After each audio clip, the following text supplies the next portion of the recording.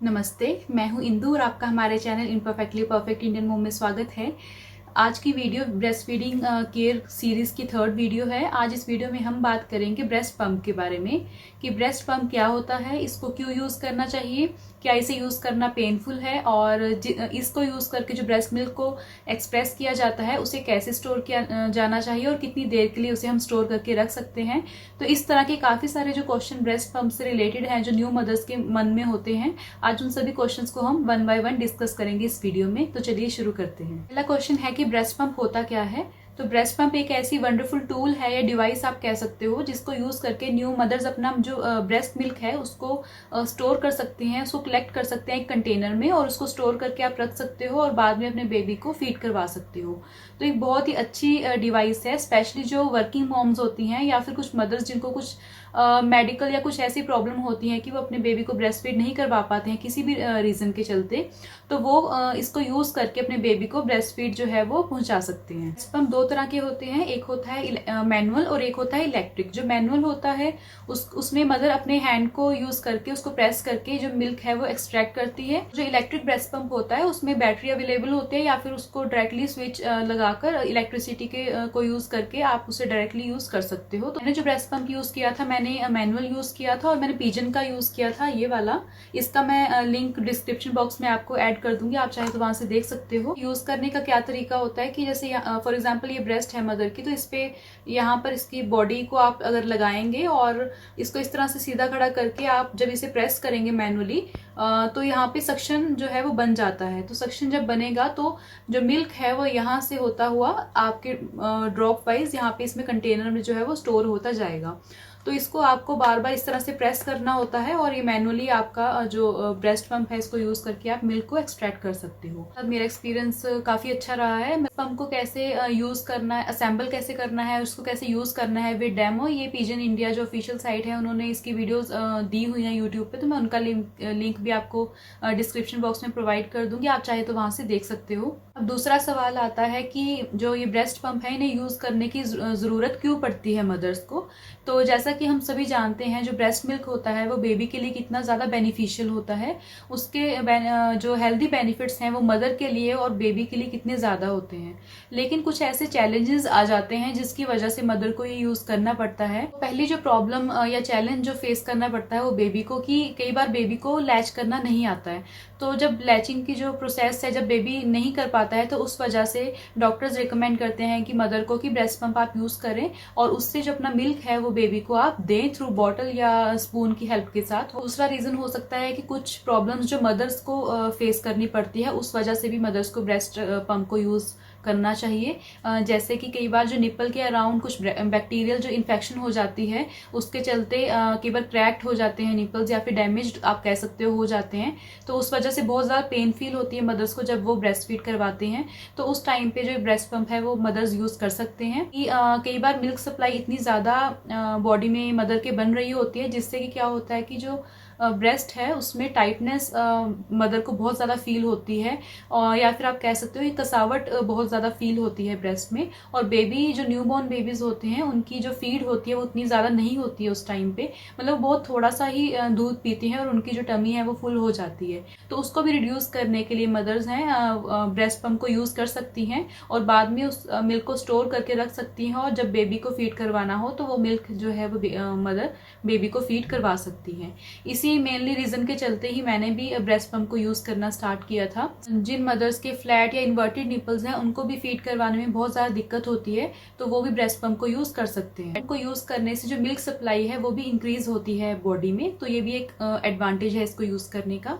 इसके अलावा जो वर्किंग मॉम्स होती हैं उनके लिए बहुत ही अच्छी डिवाइस है। जो पहले 6 महीने होते हैं एटलीस्ट उसमें कहा जाता है कि बेबी को एक्सक्लूसिवली ब्रेस्ट मिल्क ही बेबी को देना चाहिए। इसके अलावा एक जो इम्पोर्टेंट रीज़न ये हो सकता है कि जो प्री टर्म बेबीज होते हैं यानी कि जो प्री मैच्योर बेबी होते हैं उनको सक करना नहीं आता है और उस टाइम पे कई बार किसी भी रीज़न करके बेबीज को NICU में रखा जाता है। तो उस टाइम पे डॉक्टर्स खुद कहते हैं मदर्स को कि आप ब्रेस्ट पंप को यूज़ करें और ब्रेस्ट जो मिल्क है ब्रेस्ट पंप के थ्रू आप स्टोर करके अपने बेबी को दे सकते हैं। इन सब रीजंस के अलावा अगर हो सकता है कि मदर को जो अपना कई बार फ्री टाइम चाहिए, रिलैक्सेशन टाइम चाहिए, या कई बार रात को बेबी बहुत ज़्यादा उठते हैं स्टार्टिंग में फीड लेने के लिए, तो बच्चे की भी नींद अच्छे से पूरी हो और आपकी भी नींद अच्छे से पूरी हो, तो उसके लिए भी आप ब्रेस्ट पंप को यूज़ कर सकते हो। थर्ड क्वेश्चन है कि क्या ये पेनफुल है ब्रेस्ट पंप को यूज़ करना? तो इसका आंसर है कि ब्रेस्ट पंप को यूज़ करना बिल्कुल भी पेनफुल नहीं होता है मदर्स को। लेकिन जो शुरू के कुछ सेकंड्स होते हैं, जैसे 10-15 सेकंड के लिए मदर को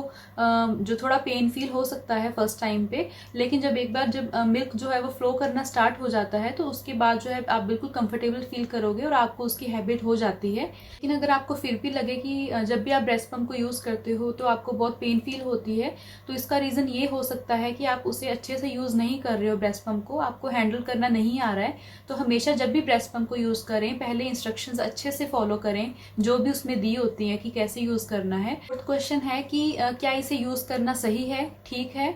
तो इसका आंसर है कि इसे यूज़ करना बिल्कुल ठीक है उन मदर्स के लिए जिनको मिल्क सप्लाई से रिलेटेड जो इश्यूज़ होते हैं या फिर जो प्रॉब्लम्स हमने अभी डिस्कस किए थे, तो उन सभी प्रॉब्लम या इश्यूज़ के रिलेटेड अगर मदर ब्रेस्ट पंप को यूज़ करना चाहे तो ये बिल्कुल सेफ़ है।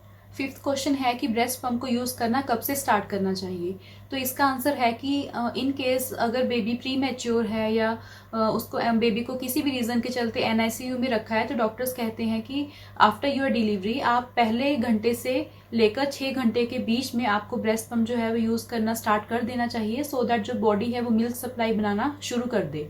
और जो मदर्स ब्रेस्ट फीडिंग करवा रही हैं और उनकी जो मिल्क सप्लाई है वो अच्छे से आ रही है, लेकिन तब भी वो ब्रेस्ट पंप को यूज़ करना चाहें, तो डॉक्टर्स ये कहते हैं कि कम से कम आप जो पहले 3 हफ्ते हैं उसमें आप टाइम दीजिए कि आप जनरल जो नॉर्मल ब्रेस्ट फीडिंग प्रोसेस है आप वही करवाते रहें। 3 हफ्तों के बाद आप ब्रेस्ट पंप को यूज़ करना स्टार्ट कर सकते हो। उसका रीज़न ये होता है कि जो पहले 3 हफ्ते होते हैं तब जो मदर और बेबी का जो एक बॉन्डिंग होती है, अटैचमेंट होती है, वो उस टाइम पे बननी बहुत ज़रूरी होती है। तो जो कहते हैं कि जो बॉडी टू बॉडी जो टच होता है मदर और बेबी का, वो बहुत उस टाइम पे ज़रूरी होता है। तो अगर आपकी ब्रेस्ट जो मिल्क सप्लाई है अगर वो नॉर्मल है, वो अच्छी है, तो आप पहले 3 हफ्ते ब्रेस्ट पंप को ना यूज़ करें। क्वेश्चन है कि जो ब्रेस्ट पंप है जब आप इसे यूज़ कर रहे हो तो आप इसको कितने टाइम के लिए, कितने मिनट्स के लिए, कितने घंटे के लिए आप कह सकते हो कि इसे यूज़ करना चाहिए, कि कितना पंप करना चाहिए टाइम के लिए? तो इसका आंसर ये है कि अगर आप मैनुअल ब्रेस्ट पंप को यूज़ कर रहे हो तो मिल्क एक्सप्रेस होने में जो जनरल जो टाइम है वो आपको 15 से 30 मिनट लग सकते हैं। अगर आप इलेक्ट्रिक ब्रेस्ट पंप को यूज़ कर रहे हो तो उस केस में आपको सिर्फ 10 से 15 मिनट मैक्सिमम लग सकते हैं। क्वेश्चन है कि आपने ब्रेस्ट पंप को यूज़ किया और आपने मिल्क जो है वो एक्सट्रैक्ट कर लिया, या आपने एक कंटेनर में जो है मिल्क को रख लिया, लेकिन अब उसे आपको स्टोर करना है मिल्क को, अगर तो आप उसको स्टोर कितनी देर के लिए कर सकते हो और कैसे कर सकते हो? अगर आपको लग रहा है कि आपका बेबी 2 घंटे में उस मिल्क को यूज़ करने वाला है तो आप उसको रूम टेम्परेचर पे रख सकते हो। और अगर आपको लग रहा है कि जो नेक्स्ट 2 आवर्स हैं उसमें ये दूध जो है बेबी वो नहीं पीने वाला है, तो आप रेफ्रिजरेटर में इसको स्टोर करके रख सकते हो 2 दिन के लिए। और अगर आपको लग रहा है कि नेक्स्ट 2 डेज़ में भी वो जो दूध है आप वो बेबी को नहीं देने वाले हो किसी भी रीज़न के चलते, तो आप फ्रीज़र में उसको स्टोर करके रख सकते हो फॉर 7 to 10 डेज़ के लिए।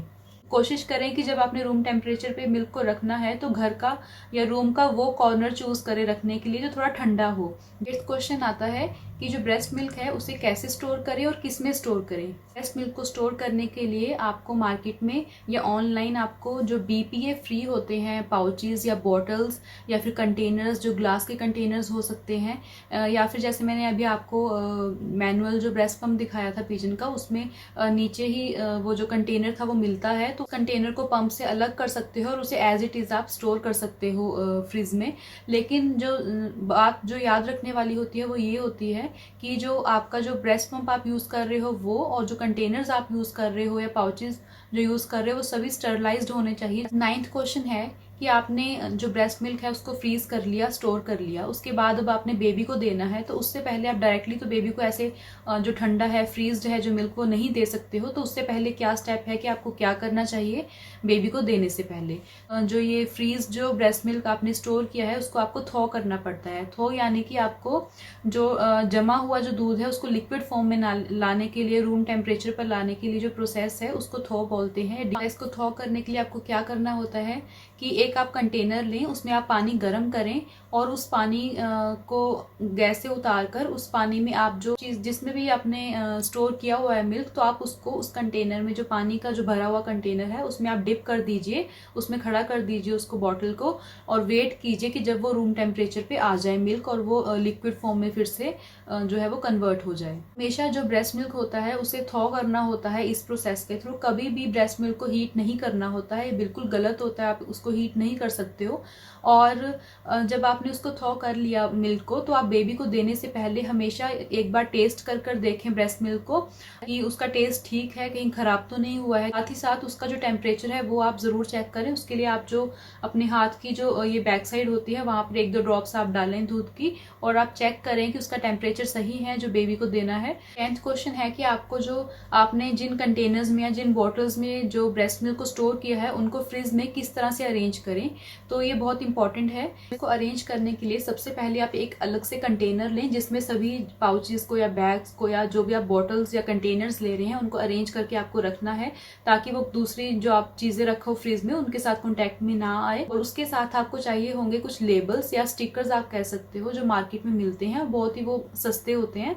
तो वो कुछ जो लेबल्स होते हैं आपको वो क्या करना है, सभी कंटेनर्स के सभी जो बॉटल्स हैं, पाउच आप यूज़ कर रहे हो, बैग्स, उनके ऊपर आपको वो लेबल्स को लगाना है। लेबल पे आपको 3 चीज़ें जो है वो लिखनी होती हैं। पहली कि डेट लिखनी है कि जिस दिन आपने ये ब्रेस्ट मिल्क को पंप किया है वो डेट, और किस टाइम पर किया है, टाइम आप लिखेंगे, डेट लिखेंगे। उसके अलावा आप लिखेंगे तीसरी चीज़ यूज़ बाय, मतलब आपको किस दिन तक जो ये ब्रेस्ट जो मिल्क है इसको यूज़ करना है। तो इसका ये फ़ायदा होगा कि अगर आप अपने बेबी को वो ब्रेस्ट मिल्क नहीं दे रहे हो या कोई फैमिली मेम्बर दे रहा है, तो उसको भी ये चीज़ डेट जो है देखकर आइडिया हो जाएगा कि इसको इस दिन तक मुझे बेबी को फीड करवाना है, उसके बाद बेबी को हम फीड नहीं करवा सकते हैं। तो आप बॉटल्स को फिल करें, उन कंटेनर्स को जब आप फिल करें ब्रेस्ट मिल्क के साथ, तो हमेशा जो है 10 to 20 आप मतलब थोड़ा सा आप गैप हमेशा रखें, थोड़ी सी स्पेस आप बॉटल में हमेशा दें, पूरी फिल ना करें, क्योंकि जब आप उसे फ्रीज़र में रखेंगे तो थोड़ा जो मिल्क होता है वो एक्सपैंड हो जाता है, तो उसे थोड़ी जगह भी चाहिए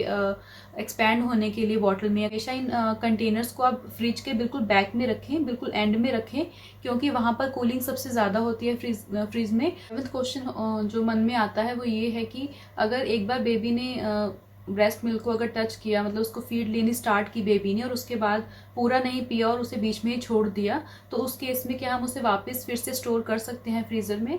तो इसका आंसर है उसे बिल्कुल भी स्टोर ना करें दोबारा फ्रिज में।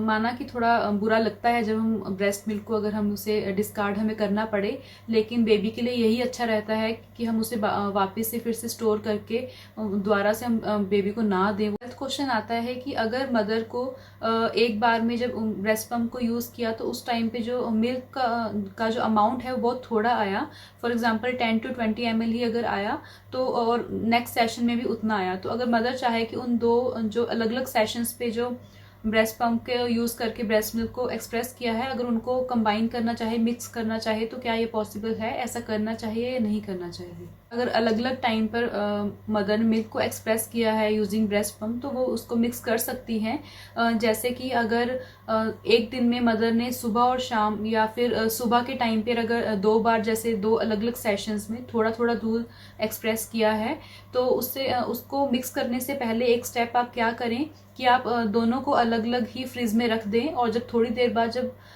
या शाम तक जब दोनों कंटेनर्स में जो दूध है उनका जो टेम्परेचर है वो सेम आ जाएगा, उसके बाद आप उनको मिक्स करके आप रख सकते हो।